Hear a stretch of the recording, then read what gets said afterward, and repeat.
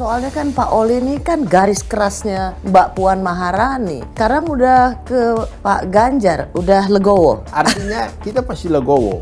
Ada dua perempuan dengan kebesaran hati memberikan jalan pada seorang Ganjar Pranowo. Dan ini adalah kedua kalinya Ibu Megawati memberikan kesempatan kepada orang lain. Katanya nih, Pak Ganjar ketika akan dicalonkan atau diumumkan untuk menjadi calon presiden dari PD Perjuangan, disuruh menandatangani kontrak. Kalau nanti terpilih jadi presiden, semua menteri itu harus atas izin ketua umum.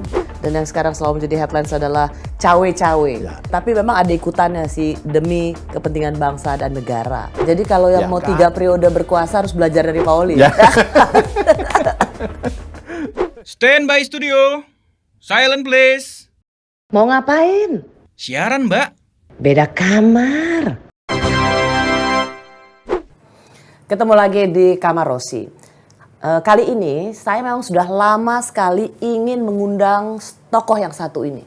Kenapa? Karena di tengah pencapresan urusan pemilu 2024, tokoh yang satu ini begitu penting untuk kita dengar insight-nya atau pemikirannya, termasuk pengalaman politiknya.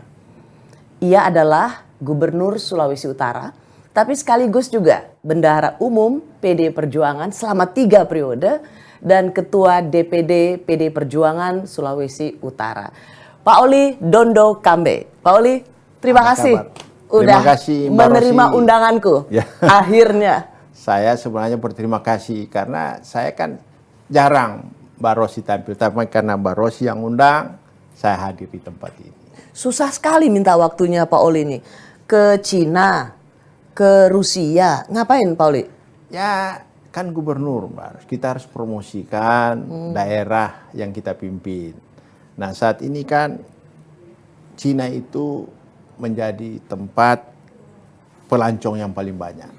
Setelah pandemi kan kita kurang, jadi harus lakukan lobby pertemuan-pertemuan lagi dalam rangka turis datang. Begitu juga di Rusia. Rusia kan kita lihat banyak sekali turis datang ke Bali. Tentunya saya datang ke sana sekaligus juga saya diundang bicara di dalam pertemuan Forum Ekonomi Eurasia di sana. Sekaligus juga kita ketemu dengan wali kota Moskow untuk membangun patung Soekarno di kota Moskow. Dari beberapa kali kita mau janjian ketemu Pak Oli, ke Cina oke lah, reschedule. Ke Moskow oke lah, reschedule. Yang terakhir saya dapat kabar ternyata Pak Oli membawa Pak Ganjar Pranowo ke Sulawesi Utara setelah diumumkan oleh Ketua Umum PD Perjuangan Ibu Megawati sebagai calon presiden dari PD Perjuangan. Emang undangan Bapak mengundang Pak Ganjar? Ya memang tugas saya karena saya banyak perjalanan mempromosikan Sulawesi Utara. Pas kesempatan waktu itu hari libur, Pak Ganjar hanya bisa menjalankan hari libur. Jadi saya manfaatkan Pak Ganjar berkunjung ke Sulawesi Utara, memperkenalkan kepada tokoh-tokoh masyarakat di Sulawesi Utara, baik pada imam, dan kita kesempatan itu kita kan ada halal bihalal. Nah halal bihalal yang pemerintah provinsi, pemerintah kota Manado, dan masyarakat. Nah disitulah saya memperkenalkan Pak Ganjar di tengah-tengah masyarakat Sulawesi Utara, agar supaya mereka tidak kaget Mbak. Siapa calon pemimpin ke depan? Oh, soalnya kan Pak Oli ini kan garis kerasnya Mbak Puan Maharani. Sekarang udah ke Pak Ganjar, udah legowo. Ya, artinya kita pasti legowo. Karena kan sudah diberikan mandat oleh Ibu Ketua Umum untuk Pak Ganjar ditugaskan kembali menjadi lebih tinggi. Kalau dulu jadi gubernur, sekarang jadi calon presiden. Dan kita harus legowo karena pertimbangan-pertimbangan yang saya lihat yang dilakukan oleh Ibu Megawati selalu melihat suara rakyat. Ya toh, orang tua pasti tidak mungkin tidak sayang anak. Tapi Ibu Mega mempunyai suatu kemampuan dalam mengolah bagaimana menjaga bangsa dan negara ini. Yeah. Tentu dia harus bertanya kepada semua orang dan kepada masyarakat. Sehingga itulah kehebatan Bu Megawati dalam rangka kembali memutuskan Ganjar menjadi calon presiden. Saya tahu Pak Oli kan juga yang berharap, seperti juga banyak dari timnya Mbak Puan berharap Mbak Puan yang dipilih oleh Ketua Umum PD Perjuangan untuk sebagai calon presiden begitu. Dan banyak orang juga bilang, kalau Bu Mega pasti putrinya gitu. Saya sendiri melihat bahwa Pak Oli itu termasuk yang dipanggil oleh Bu Mega membicarakan ini. Betul ya, Pak Oli? Ya memang, ya pasti loh. Namanya bendahara 3 periode masa nggak diajak ngomong-ngomong. Jadi kalau yang Ya mau kan? 3 periode berkuasa harus belajar dari Pak Oli. Ya. Bisa 3 periode kalau Pak Oli. Jadi artinya gini, kenapa di dalam kita mendukung Mbak Puan itu bukan sekedar pribadinya, Mbak. Karena kita tahu Mbak Puan ini punya pengalaman yang lengkap sebagai seorang politisi. Ya kan? Dia pernah menjadi anggota DPR sekaligus ketua fraksi, tiba-tiba jadi eksekutif, Menko lagi eksekutifnya. Bukan main-main, Menko membawahi berapa menteri, tiba-tiba jadi ketua DPR. Jadi kriteria sebagai politisi udah lengkap.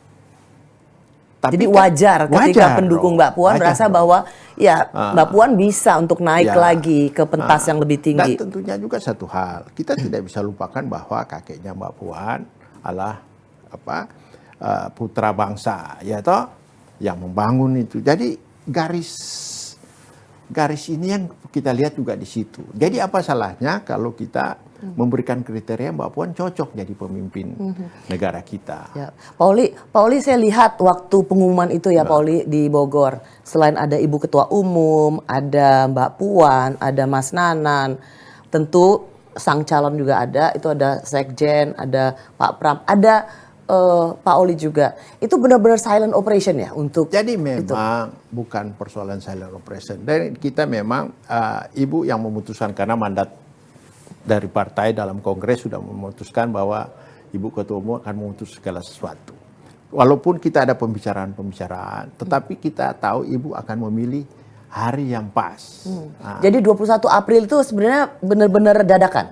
Memang 21 April itu benar-benar sangat dadakan. Walaupun ada pembicaraan tapi sangat dadakan dalam Ibu melakukan kontemplasi kapan untuk mengumumkan. Nah, saya rasa Ibu memilih itu tanggal 21 April itu bagaimana memperlihatkan bahwa perempuan itu menjadi salah satu contoh. Kan di mana-mana orang bilang surga itu ada di belakang kaki Ibu, bukan di mana-mana, ya kan? Nah, tentunya Ibu memilih hari itu dalam rangka memperlihatkan bahwa perempuan itu dari zaman dulu sudah bisa jadi pemimpin, pendobrak segala sesuatu yang menjadi hal-hal hambatan-hambatan bagi kita. Siapa pada zaman itu bisa mendobrak itu? Cuma era Kartini, dari gelap terbitnya terang. Nah, inilah Ibu pilih hari perempuan itu. Karena memang dua perempuan ini sangat-sangat, bagi pribadi saya, sangat-sangat memang mempunyai kemampuan yang sangat hebat. Karena pertama, Bu Mega melihat hal ini sampai memilih Ganjar sebagai calon presiden. Mbak Puan dengan legowo menerima Ganjar sebagai calon presiden, walaupun garis orang bisa melihat kemana-mana bahwa gak mungkin Bu Mega memilih di luar Mbak Puan. Yeah. Tapi pada saat diumumkan, begitu besar hati Mbak Puan menerima. Saya dengan Mbak Puan habis pengumuman acara, saya bareng Mbak Puan pulang ke Jakarta. Terus Mbak Puan lakukan buka puasa dengan keluarga, malam lagi kita ketemu, ngobrol ketawa-ketawa. Jadi saya melihat bahwa Mbak Puan itu mempunyai kepribadian yang betul-betul berhati besar ya. Berhati besar. Di Hari Kartini, hari peringatan untuk emansipasi perempuan. Ya. Di hari itu ada dua perempuan dengan kebesaran hati memberikan jalan pada seorang Ganjar Pranowo. Dan ini adalah kedua kalinya Ibu Megawati memberikan kesempatan kepada orang lain. 2014 Ya. waktu itu kan nama Bu Mega masih bagus-bagus. diusung-usung, masih didorong-dorong untuk maju lagi. Bu Mega memilih memberikan pada Pak Jokowi. 2024 Bu Mega sebenarnya bisa saja dengan hak mandatori yang diberikan sebagai seorang ketua umum PD Perjuangan memberikan pada putrinya, tapi juga diberikan pada orang lain. Buat Pak Oli ini luar biasa ya, menggambarkan saya seorang ketua tadi, umum dua yang tokoh perempuan ini memang sangat luar biasa. Satu tidak serta-merta melihat keluarganya, yang satu begitu lapang hatinya menerima. Nah, ya kan? Saya lihat Mbak Puan sudah turun mensosialisasikan bahwa kita harus tekad bersama untuk membawa bangsa ini dengan Pak Ganjar Pranowo. Kalau orang lain saya rasa ogah-ogahan. Ini kemarin Mbak Puan kemana-kemana udah jalan terus untuk mensolidkan semua kader-kader PD Perjuangan agar supaya satu suara. Pak Oli, gimana kalau masih ada misalnya nih ya pendukung yang Mbak Puan yang masih setengah hati membantu melancarkan jalan Pak Ganjar Pranowo? Di mana-mana pasti itu ada. Pendukung fanatikan itu pasti ada. Tapi dengannya besar hati Mbak Puan, mereka melihat dia turun dan kemana-mana membawa Pak Ganjar Pranowo, pasti semua legowo ngikut. Pasti ikut pemimpinnya dong. Kalau pemimpinnya udah legowo, masa para loyalisnya masih ke kiri ke kanan, kan nggak mungkin. Itu pasti lur. Makanya kita lihat pertemuan kemarin di Manado. Di Manado itu awal-awal semua Mbak Puan. Ya kan? Orang waktu survei paling tinggi calon presiden PD Perjuangan Mbak Puan. Dan itu saya jelaskan ke Pak Ganjar. Mas, ini mohon maaf, di sini semuanya kan Mbak Puan. Ya saya tahu. Tapi kalau Mas datang, karena kita solid, saya sudah izin Mbak Puan, pasti kita disambut. Disambut rame, dia lari pagi, acara pertemuan seluruh kader, anak ranting segala macam. Begitu ramai, semua solid bergerak. Karena semua melihat apa perintah ketua umum dan begitu legowonya Mbak Puan di dalam mendukung Pak Ganjar. Ya. Jadi kalau karena bagaimanapun juga ini tidak saja untuk kepentingan PDI Perjuangan, tapi seperti Bu Mega bilang ini penugasan untuk Indonesia. Gitu. Jadi kalau Mbak Puan aja udah bisa legowo, Pak Oli sebagai loyalis yang lain juga harusnya jangan setengah hati ya. Oh memang kita harus full speed ibarat katanya. Kalau kayak Formula 1 memang full speed ini harus ditancapkan. Memang penugasan-penugasan seorang kader di partai itu dalam PD Perjuangan itu jelas dalam anggaran dasar anggaran rumah tangga kita. Semua kan pasti partai punya anggaran dasar anggaran rumah tangga. Tugas para anggota partai bagaimana ditugaskan untuk melakukan mensosialisasikan ideologi partai dan kepentingan masyarakat. Itu kan penugasan. Jadi saya kira penugasan-penugasan itu sama saya di mana-mana. Saya jadi gubernur juga ditugaskan bagaimana mensejahterakan rakyat Sulawesi Utara. Nah, itu tugas utama kita. Begitu juga jadi presiden harus melaksanakan kerja. Karena presiden itu menjalankan pemerintahan lewat visi misinya. Beda dengan dulu Mbak Rosi. Kita ada GBHN. Sekarang kan penugasan itu menjalankan visi misi. Jadi waktu dia jual visi misi kemana itu harus jalankan. Itulah yang partai tugaskan. Yang kamu harus lakukan ini loh. Ini loh. Nah, itu yang disampaikan penamaran masyarakat. Jadi partai mengawasi visi misi presiden itu. Itulah tugas partai. Itu yang sebenarnya tapi itu secara di persepsi publik petugas partai itu jadi konotasi yang sangat tidak salah. Iya, tapi kalau mereka jadi melihat negatif hal ya, yang benar, jadi presiden melaksanakan tugasnya tadi, visi misinya. Nah, visi misi kan yang membuat para partai yang membuat. Bagaimana cara mensejahterakan rakyat. Nah, itu tugas partai. Pak Oli, banyak sekali sekarang beredar sebuah yang mengatakan bahwa aduh Pak Ganjar ini dianggap sebagai petugas partai karena salah satu buktinya katanya nih Pak, karena Pak Oli ada di Batu Tulis kan waktu itu. Katanya nih Pak Ganjar ketika akan dicalonkan atau diumumkan untuk menjadi calon presiden dari PD Perjuangan disuruh menandatangani kontrak. Kalau nanti terpilih jadi presiden, semua menteri itu harus atas izin ketua umum. Saya kira nggak ada kontrak-kontrak begitu, karena Ganjar kan ini dari awal sudah kader partai. Yang ada arahan-arahan dari Ibu Ketua Umum apabila kamu jadi presiden. Salah satu saya paling dengar bagaimana Ibu Mega mengarahkan Ganjar. Jangan kau lihat Ganjar kemewahan istana. Yang kau harus lihat sisi gelapnya istana. supaya kamu tahu persoalan-persoalan yang ada di masyarakat.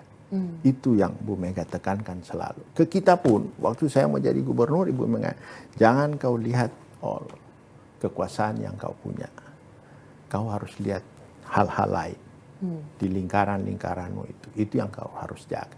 Saya kira nggak ada lah. Kalau soal pembentukan kabinet, penunjukan menteri, semua. Ya kan pembentukan kabinet itu kan pengalaman Pak Jokowi semua kan diusulkan oleh partai. Mana ada yang tidak direkomendasikan oleh partai? Apakah itu bilang menjadi sesuatu supaya presiden ke depan dari PD Perjuangan Ganjar terikat? Kan pengalaman 10 tahun. Partai ini mengusulkan si A, partai ini mengusulkan A. Begitu juga pada saat ada partai menterinya yang kena kasus hukum, dan diusulkan juga dari ketua partai itu kan. Banyak kasus kejadian seperti hal-hal seperti itu. jadi nggak benar tuh tanda tangan kontrak bahwa semua menteri dalam kabinetnya kalau Pak Ganjar terpilih harus seizin. Nggak ada lah, nggak ada seperti. Tapi realita kan seperti itu. Tadi saya katakan bahwa representasi menteri dari partai politiknya pasti atas persetujuan ketua umum. Kan begitu. Jadi kalau dari PD Perjuangan ya wajar. Nama juga yang diusulkan oleh ketua umum. Bukan berarti ketua umum PD Perjuangan mengatur semua kabinet. Semua kabinet. Ya sama kayak kemarin Golkar, Menpora mundur, Golkar mengusulkan 2 nama. Kan ketua partai yang ngusul 2 nama. Itu dari mana ya kok bisa ada? Ya toh. Bisa ada desas-desus bahwa tanda tangan kontrak. Ya artinya harus kan semua seizin Bu Mega. Sehingga kenapa saya tanyakan ini, Pak Oli. Jadi ini kemudian dikaitkan bahwa tuh kan benar boneka partai, tuh kan benar petugas partai. Kan gini, perlu kita lihat ke belakang, Mbak Rosi. PD Perjuangan dari survei-survei di mana-mana tidak pernah turun dari 20%. Nah ini kan ada kecemburuan. Kenapa sih PD Perjuangan di atas 20% terus? Nah caranya bagaimana supaya PD Perjuangan turun surveinya? Tentu harus digembosi dengan cerita segala macam. Itu kan strategi dalam pertarungan. Kalau mau menaikkan seseorang harus menurunkan. Gak mungkin ini naik, udah melewati persentase yang ada. Nah itulah penghabisan PDIP di mana-mana dikatakan sombong lah dan segala macam lah. Karena kecemburuan semua sebenarnya. Kenapa sih PDIP nggak bisa turun-turun? Semua sudah melakukan. Nah ini satu persoalan sini. Pengen dicari-carilah hal-hal yang supaya. Jadi Pak Oli lihat ini lebih ke arah untuk apa? Untuk mendiskreditkan kampanye negatif untuk PD Perjuangan. Nah karena tadi Pak Oli sudah bilang soal sombong. Saya banyak mendengar Pak Oli bahwa PDIP ini dibilang sombong gitu, mentang-mentang partai pemilu yang sudah menang 2 kali dan mau hat-trick katanya, tapi dan ya sombong lah gitu. Gimana jawabnya? Ya itu yang saya katakan tadi, PD Perjuangan dianggap sombong karena pertama 2 kali kita menang, yang kedua kali ini juga kita bisa mencalonkan sendiri calon presiden, seolah-olah tidak perlu bicara dengan partai-partai lain, kita bisa jalan sendiri. Tapi kan selama ini kita tidak mau publis. Kita kan sudah bicara dengan semua partai-partai. Tapi kan mereka punya konsep sendiri. Yang sombong justru mereka. Ya kan? Bukan kita yang sombong. Mereka yang lebih dulu mencalonkan, memblok-blok sendiri. Bukan kita. Ya kan? Lebih duluan mengumumkan koalisi. Mengumumkan koalisinya semua tidak mau bicara sama kita. Seolah-olah kita dianggap tidak mau berbicara. Padahal kan kita berbicara. Makanya kemarin Hanura datang, P3 datang, ada beberapa partai lagi akan menyusul dengan kita. Jadi bukan sombong. Ada keterbukaan dulu dari diri kita supaya tidak katakan bahwa PD Perjuangan itu sombong. Cuma ya itu tadi, konotasinya itu tadi Mbak Rosi.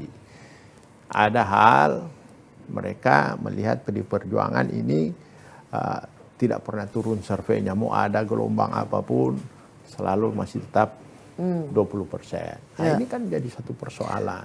Pak Oli, salah satu juga yang dianggap PD Perjuangan itu sombong adalah relawan tuh harus didaftarkan ke partai. Ini orang juga ngeliat sombong banget sih PD Perjuangan nih. Jadi artinya gini, dulu zaman Pak Jokowi juga yang ketua koordinator relawan Pak Eriko Sutarduga. Jadi semua juga mendaftar di situ supaya kita tahu organisasinya jelas. Sekarang juga kita buka menampung relawan-relawan dalam rangka memenangkan Ganjar Pranowo. Ya jadi kenapa harus presiden. didaftarin? Biar aja mereka swadaya, mereka punya keinginan sendiri untuk mendukung Pak Ganjar misalnya. Kenapa harus didaftarkan ke PD Perjuangan atau di bawah PD Perjuangan? Ini bukan di bawah PD Perjuangan. Supaya tercatat bahwa kita di sana ada relawan loh. Di sini ada relawan loh. Bukan supaya dia di bawah PD Perjuangan, tidak. Bebas justru kita. Namanya relawan. Kenapa PD Perjuangan harus melihat bahwa ya dicatat gitu? Supaya kita kan tentunya orang bekerja ada rewardnya. Ya tuh kasihan dong, udah jadi relawan bekerja, satu saat kita nggak memberikan reward kepada mereka. Jadi kita, tapi kalau jangan-jangan tiba-tiba dia Rewardnya apa nih, mengatakan relawan, komisaris? terus tiba-tiba nggak kerja, orang lain yang kerja, dia yang ngotot-ngotot ribut-ribut, kami udah kan pengalaman kita ada kayak gitu. Nggak, soal gini Pak Pauli, sorry. Karena orang banyak yang bilang, males ngapain dengan kebebasan sendiri, partisipasi, mau dukung Pak Ganjar. Mereka tuh nggak bilangnya gini, ngapain harus di bawah Adian, males gitu misalnya. Karena langsung identik dengan partai politik. Enggak, jadi kan gini Mbak, boleh silakan relawan kayak gitu biasa. Tapi kan aturan dalam undang-undang KPU kalau mau jadi tim pemenangan itu kan harus terdaftar. Jadi kita juga harus daftarkan di KPU. Ada relawan kita sekian banyak untuk memenangkan ini. Karena nanti kalau tidak terdaftar, dia kesaku-suku ke kanan, tiba-tiba dia pasang beliau bisa aja diturunkan. Karena nggak jelas, nggak didaftarkan di KPU dan Panwas. Jadi juga harus jelas ada aturannya, itu bukan nggak ada aturan. Makanya dalam rangka mempermudah para relawan kita daftarkan supaya kita lampirkan kepada KPU. Ini loh ada relawan Ganjar di sini kan gitu. Oh, dan ini bukan berarti kemudian apa-apa harus minta izin partai. Enggak ada gitu. Namanya relawan. Harus tunduk Kita pada ini justru partai. kalau mereka kurang kita bisa aja kita mensupport. Tiba-tiba ada apa-apa kan. Tinggal koordinasinya yang ketua DPD kita. Ya toh mereka perlu apa. Ya kan di partai kita ada justru malah kita membantu mereka. Kalau mereka perlu bantuan. Tapi kalau mereka bisa mandiri ya kita berterima kasih. Kan gitu. Kadang-kadang kan celetukannya gini, aduh jadi identik sama partai gitu. Ya. Dan itu bikin misalnya seniman, yang lain-lain tuh merasa bahwa nggak mau identik sama partai gitu. Ya memang kita paham lah banyak orang kan seorangnya kalau dia ikut jadi begitu jadi partisan. Ya toh kita tidak mau partisan, dia mau bebas. Tapi kita juga nggak ada masalah. Asal tercatat aja bahwa kelompok ini jalankan untuk pemenangan Ganjar. Kalau dia nggak mau daftar juga nggak apa-apa. Tapi akan apa ke resikonya kalau resikonya misalnya nggak ada, cuma kan ada batasan-batasan aturan-aturan di KPU sama ini toh. Kalau dia bikin kegiatan besar, kalau nggak terdaftar sebagai pendukung Ganjar, bisa aja kan dibubarin. Justru kita membackup kegiatan-kegiatan para relawan, bukan membatasi dia bergerak seperti apa. Pak Oli ngerasa nggak sehati nggak dengan misalnya Pak Pandana Baban misalnya, atau misalnya ada beberapa yang lainnya melihat relawan Pak Jokowi, relawan Gibran, Ya. ini kayaknya beralih ke Pak Prabowo. Saya kira kita belum lihat ke dalam sekali. Ya kita tahu lah permainan politik, semua saling tahu lah. Namanya dunia persilatan. Saya kan sudah sekian lama ngikutin dunia persilatan politik kayak begini. Toh kita tahu lah pasti ada sesuatu lah. Tidak murni. Kan kita bisa lihat latar belakang yang muncul di samping Gibran, siapa-siapa orang-orang itu. Kan kita tahu. Apa? Ya kan? Bisa anak-anak yang sudah digiring-giring ke kiri kan. Bisa aja kita juga bikin seperti itu. Ada kelompok relawan A, kita ulas-ulas, goreng-goreng, pindah. Kan gitu. Jadi Pak Oli nggak lihat ini serius ya? Saya nggak lihat ini satu hal yang sangat serius. Saya melihat bahwa ini dinamika di lapangan yang harus kita. Pak Oli, hanya gini loh Pak Oli. Itu kan itu sebuah acara yang kemudian tersebar luas, diberitakan. Persepsi publik itu juga cukup mencatat bahwa ini sebagai tanda Pak Jokowi melalui putranya itu memberikan restu pada Pak Prabowo loh. Hal itu kan, itu yang saya katakan tadi, kita kan tahu semua Mbak. Sebelum ada acara pas sudah kau kontak kita bikin acara ini ya, langsung di blow up kan. Itu bisa aja kan seperti itu, apalagi zaman sekarang. Ya. Medsos begitu gampang, acara pertemuan sudah disetting, langsung diviralkan. Oke. Kan seperti itu. Tapi kan orang taunya Ya. persepsi itu buat publik, wah tuh lihat relawannya Pak Jokowi sama Mas Gibran aja udah ke Pak Prabowo. Persepsi kan, politik itu kan persepsi Iya. Pak Oli. Tapi makanya kita, kan ini masih panjang Mbak. Kita lihat aja pemerintah kemana ya toh, dalam rangka menjaga netralitasnya sampai di mana, kan begitu. Pak Jokowi juga tentu menjaga hal-hal seperti ini. Tapi kan kita nanti pada ujungnya kelihatan kemana sih arahnya. Karena Mas Gibran kan sampai datang ke DPP kan. Ya, Mas Gibran kan datang ke BPP ngobrol-ngobrol Pak Sekjen, ya kan. Tentu banyak hal. Kan di klarifikasi, ya saya kan pemerintah, kalau menteri datang gimana katanya. Kan itu. Jadilah itulah gampang dilihat lah Mbak. Urusan-urusan politik seperti itu. Banyak yang mengira atau menduga-duga rasanya Pak Jokowi ini Ya. ada dua nih arah dukungan. Karena berbagai survei ya Pak Oli, berbagai survei semua yang naik elektabilitasnya itu Ya. pasti yang mendapat endorse dari Pak Jokowi. Ya kita tidak bisa pungkiri karena dalam survei itu pemerintahan Pak Jokowi sama Pak Maruf Amin itu kesukaannya kan tinggi. Ya, approval ratingnya. Ya, Litbang tahu, Kompas Litbang Kompas bulan juga Mei ini 70%. 70-an kan. Pasti otomatis mereka punya, siapa yang dekat dengan pemerintah ini tentunya pasti akan naik ratingnya. Makanya Pak Prabowo kan ya seringlah komunikasi. Ya dia kebetulan dia menteri, jadi hari-hari lah ketemu lah. Kan situ. Mungkin kalau Pak Ganjar menteri juga hari-hari ketemu Pak Jokowi. Karena menteri ya. Karena menteri, ya kan? Ya. Kan bisa dilihat di situ. Orang melihatnya sepertinya Pak Jokowi memang memainkan politik dua pilihan. Belum Bisa diterima karena kan semua belum secara resmi belum jadi capres. Ya toh, karena belum daftar ke KPU.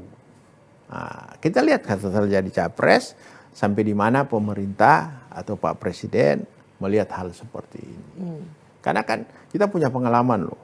Zaman Pak SBY nyapres setelah daftar dia mundur. Ya ta dari Menko Polhukam. Menko Polhukam mundur. Pak Hatta Rajasa pada saat dia nyalon wapres, Asman Abnur mundur. Ya ta? Sekarang kan belum tentu. Masih seorang mengira-ngira, membayang-bayang siapa si calon. Nah, kita lihat nanti pada hari H, pada saat pendaftaran itu bisa lihat sejauh mana hal-hal seperti ini. Pak Oli, karena begini saya banyak bertanya ini pada beberapa tokoh. Saya mau tanya ini juga ke Pak Oli. Kenapa Pak Jokowi tidak langsung firm Ganjar Pranowo? Karena kan 21 April Ibu Ketua Umum sudah mengumumkan nama Pak Ganjar.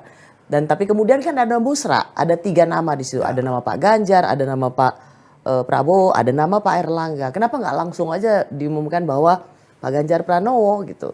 Apalagi Pak Jokowi kan partai PD Perjuangan sudah memiliki calon sendiri. Tapi kan jelas bahasa tubuh kan jelas. Ya, Apa bahasa tubuhnya Pak Jokowi pada saat apa? Pak Ganjar diumumkan, Pak Jokowi di situ mengatakan ini.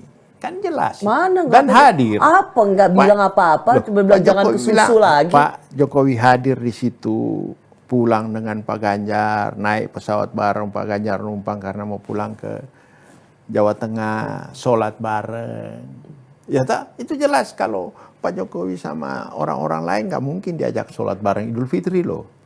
Kalau hari-hari biasa bisa loh. Ini pas Idul Fitri momennya cuma Pak Jokowi sama Pak Ganjar.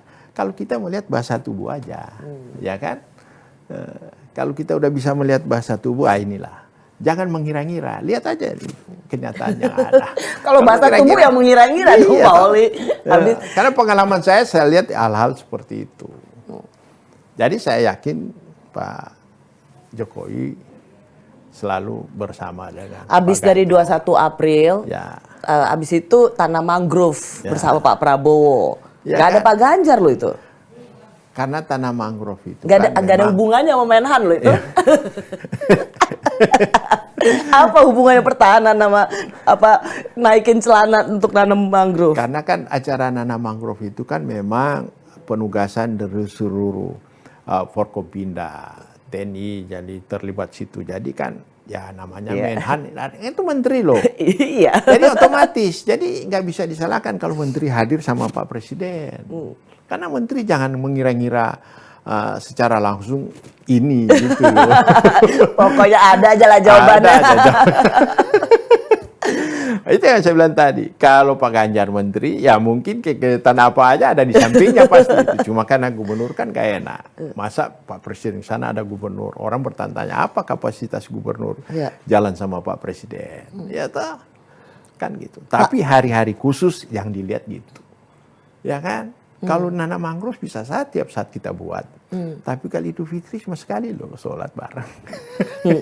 Pak Oli sendiri sebagai bendara Benar. umum 3 periode PDI Perjuangan ini berharap nggak sih Pak Jokowi nanti benar-benar secara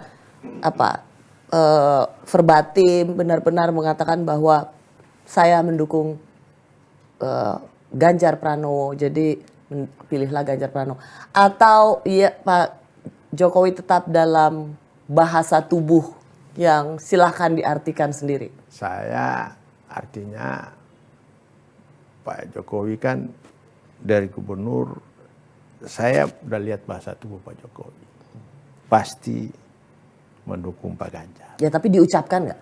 Menurut Pak Oli harapannya itu diucapkan nggak? Pasti satu saat akan diucapkan.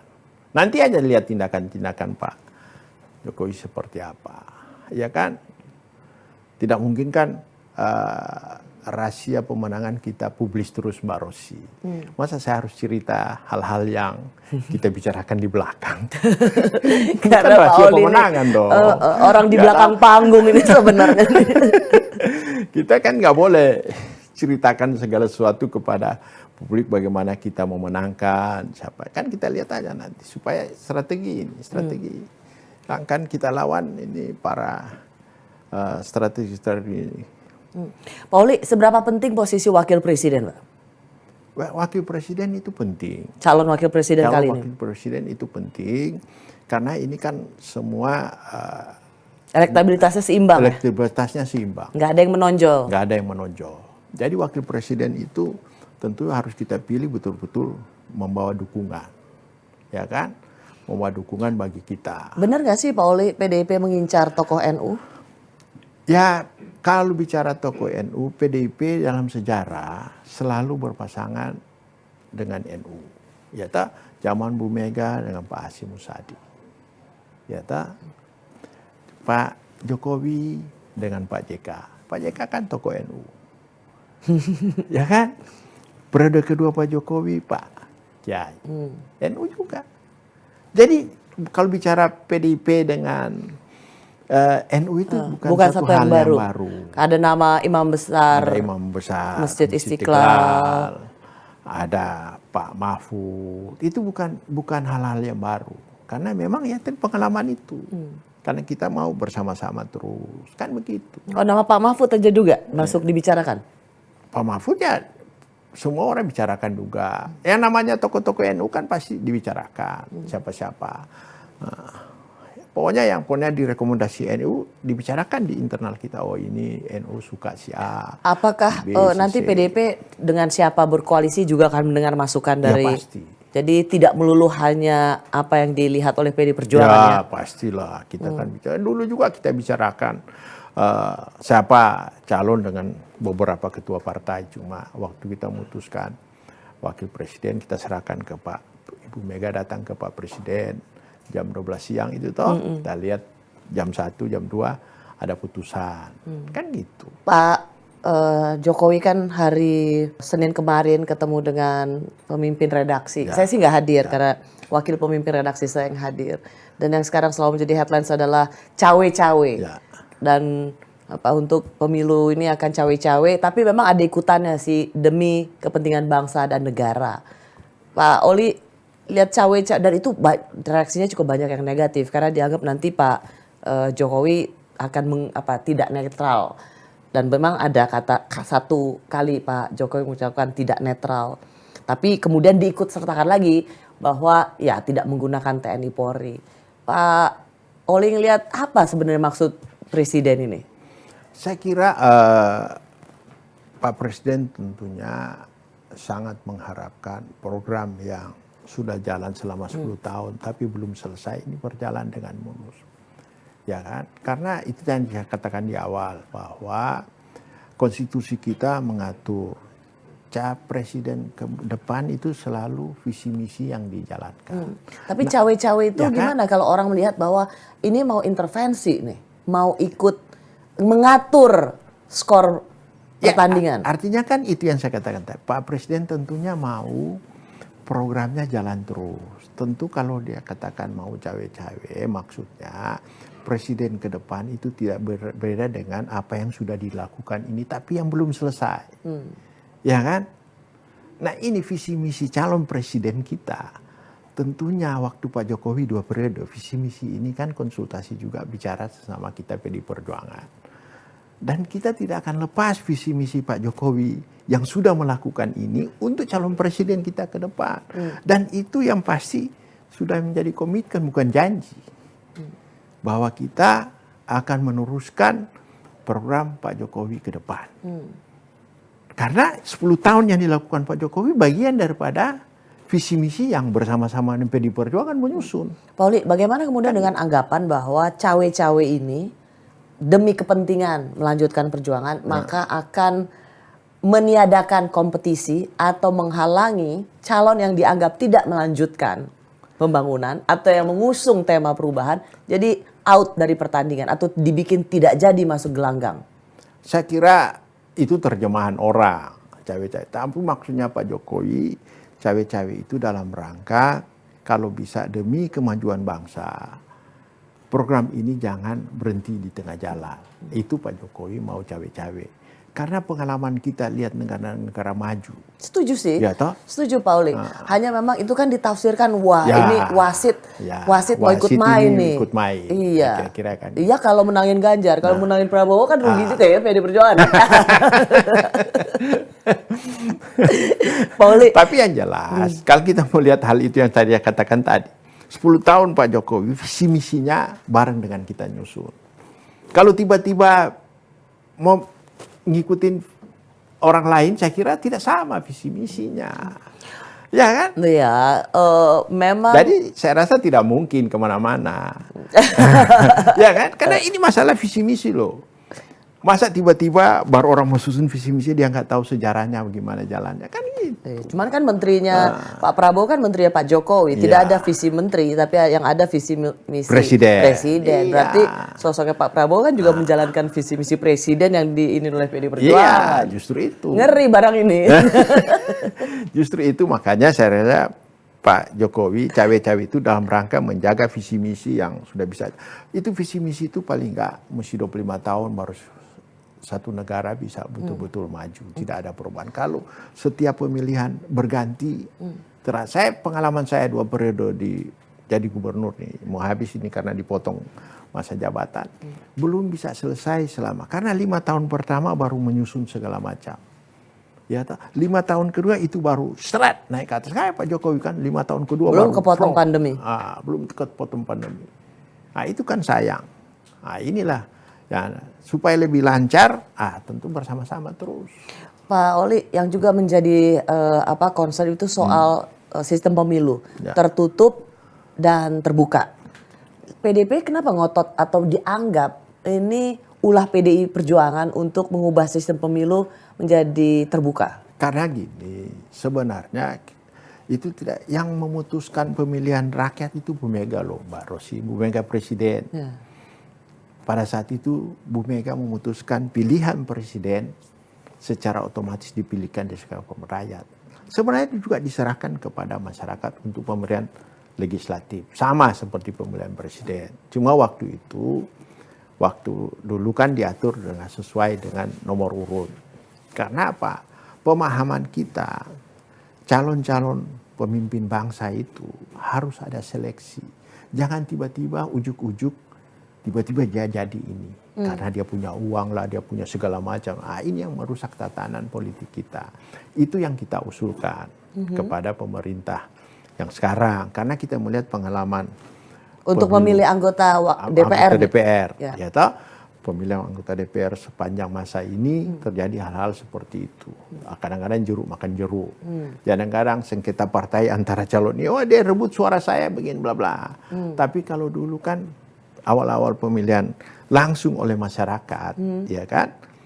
Tergantung calon yang sudah disusun oleh partai, kaderisasi yang sudah disusun betul-betul dia pekerja dan orangnya bagus-bagus. Cuman ini dianggap hegemoni partai politik Ya. dan tidak mengembalikan bahwa rakyat ingin memilih siapa yang mewakili daerahnya gitu loh Pak Oli. Tapi kan itulah kembali partai politik harus dewasa. Kalau PDIP kan sudah sangat dewasa. Partai kita sudah ada ISO loh Mbak. Ya, Pak Oli, sorry. Kalau misalnya jadi PDIP itu melihat bahwa sistem proporsional tertutup itu jauh lebih baik. Ya. Supaya biar partai yang memutuskan nomor urutnya. Gitu. Supaya jangan karena uang atau kalau meminjam istilah Pak Yusril hanya karena viral atau keterkenalan tanpa melihat kapasitas dia jadi terpilih gitu kan. Kenapa itu harus diserahkan kepada Mahkamah Konstitusi? Tarung aja di parlemen untuk membuat di amandemen aja undang-undangnya. Jadi memang sebenarnya kan kita sudah putuskan seperti itu. Karena 2 kali kita usulkan tertutup dibantahkan oleh MK. Udah 2 kali loh, 2 kali pemilu loh. Kita minta tertutup, terbatas, tetap dimentahkan terbuka semua. Ini yang ketiga kali lagi. Jadi saya kira diserahkan sepenuhnya kepada Mahkamah Konstitusi tentang tertutup atau terbuka ini. Karena di parlemen sudah bertarung, seperti itu hasilnya ini. Nah, kita mengusulkan ini karena melihat hal-hal yang... Oke, tapi kenapa enggak di antara itu biar menjadi bagian dari pemerintah dan DPR aja? Enggak cukup kuat ini Enggak, ya? bukan. Sebenarnya kan sudah putus. Undang-undang pemilu kan sudah Iya, selesai. betul, ya. Tapi kan karena ada gugatan dari orang menyangkut terbuka dan tertutup ini, ya kita merespon. Karena kita menganggap, karena waktu dalam pembahasan juga kita merespon hal tertutup ini. Oh, PDIP memang lebih karena merasa tertutup jauh lebih baik. Karena kita kaderisasinya jelas, Mbak. Yang untuk calon anggota DPR kita ada fit and proper test, ada psikotest. Jadi terus kaderisasi poin-poinnya jelas. Yang mau jadi anggota DPR misalnya nomor 1 harus si A, walaupun dia nggak punya uang, karena dia betul-betul kader yang sudah teruji, sudah ikut sekolah partai dan segala macam. Ya, cuman itu kan mengembalikan yang banyak pengamat bilang itu partai itu jadi mengatur semuanya dan hegemoni itu ada di tangan partai politik. Cuma memang ada positifnya, ada negatifnya. Kalau pengurus partainya nggak jelas, pasti yang keluar calonnya negatif semua. Ya tak? Tapi kalau partainya diatur dengan baik, pasti yang keluar calon-calon anggota DPR itu betul-betul orang yang punya qualified. Tapi kan itu kan versi pemerintah, belum tentu juga apa yang dianggap dilihat baik oleh partai itu juga oleh publik baik gitu kan belum tentu ketemu juga Pak. Makanya saya bilang ada baiknya, ada buruknya. Tinggal kita lihat. Makanya diserahkan kepada Mahkamah Konstitusi untuk melihat. Pimpinan Mahkamah Konstitusi ini kan memang dipilih orang-orang yang qualified. Jadi tinggal mereka lah berdiskusi mana yang paling masyarakat suka. Pak Jokowi hatinya kemana Pak untuk proporsional terbuka sama tertutup ini? Saya belum pernah ngobrol sama Pak Jokowi untuk hal ini. Ya kan? Karena saya kan jarang ketemu juga sama Pak Jokowi. Paling ada kunjungan ke daerah baru bisa. Karena cawe-cawe ini juga dikait-kaitkan tuh. Ini nanti juga pasti mau menangnya di proporsional tertutup gitu. Dikaitkan bahwa ini juga Pak Jokowi akan ikut campur soal sistem pemilu yang terbuka tertutup. Saya kira Pak Jokowi nggak sampai seperti itulah mencampuri Mahkamah Konstitusi kan sangat independen dalam memutuskan ini. Kalau dia tidak independen, wah percuma dong kita buat Mahkamah Konstitusi. Dia kan harus melihat segala sesuatu yang pernah kita kerjakan. Hasilnya katanya udah bocor tuh Pak, 3:6. Itu kan baru hasil bocor. Yang penting keputusan terakhir kapan diputuskan, itulah hasilnya Mbak. Benar nggak sebenarnya memang sudah diputuskan tertutup? Kalau saya mendengar belum katanya, belum. Tapi kalau hasilnya Pak, ternyata tetap dengan sistem yang awal yaitu terbuka, PD Perjuangan bisa menerimanya? Kita siap semua, mau terbuka bisa, mau tertutup. Kita kan hanya mengusulkan sesuatu hal yang lebih baik. Kan namanya demokrasi, Mbak. Amerika 300 tahun loh demokrasinya berpundak sampai sekarang. Kita baru 70 berapa? 70. Iya, 77 ya? Ya, baru 77 tahun kita. Jadi proses demokrasi itu harus panjang baru ketemu yang ideal kayak apa. Kan gitu. Pak Oli, terakhir nih. Partai-partai di luar PD Perjuangan yang di parlemen itu bereaksi keras loh. Kalau MK memutuskan tertutup, maka termasuk ada yang bilang dari Partai Gerindra kalau salah. Kami juga punya kewenangan loh untuk mengevaluasi anggaran MK. Ya, pasti kan namanya anggota DPR. Kan tugasnya salah satu budgeting. Ya pasti dong kalau ini dia pasti melakukan hal-hal seperti itu. Itu pasti. Kita juga mengikuti semua kebijakan Cuman politik. itu Pak Oli lihat itu sebagai ini nggak sih mengancam partai politik berusaha mengancam MK yang memiliki kewenangan anggaran. Jadi semacam show mau sok kuasa gitu. Jadi artinya 560 anggota DPR sudah memutuskan undang-undang pemilu bersama-sama dengan pemerintah. Ya toh, tiba-tiba ada lembaga yang menggugat ke MK, terjadi berproses. Nah inilah ada ketersinggungan dari pimpinan-pimpinan fraksi yang tidak suka dengan tertutup. Nah, pasti mereka menyuarakan hal itu. Kalau kita mau terbuka tertutup, saya kira kita menerima. Tapi walaupun kita perlu bisa takut dong MK kalau denger ini kan, waduh nanti anggaran kami diiniin. Ya, kira-kira jitu talk chair nggak ini ancaman artinya kan parlemen, namanya politik harus komunikasi, Mbak.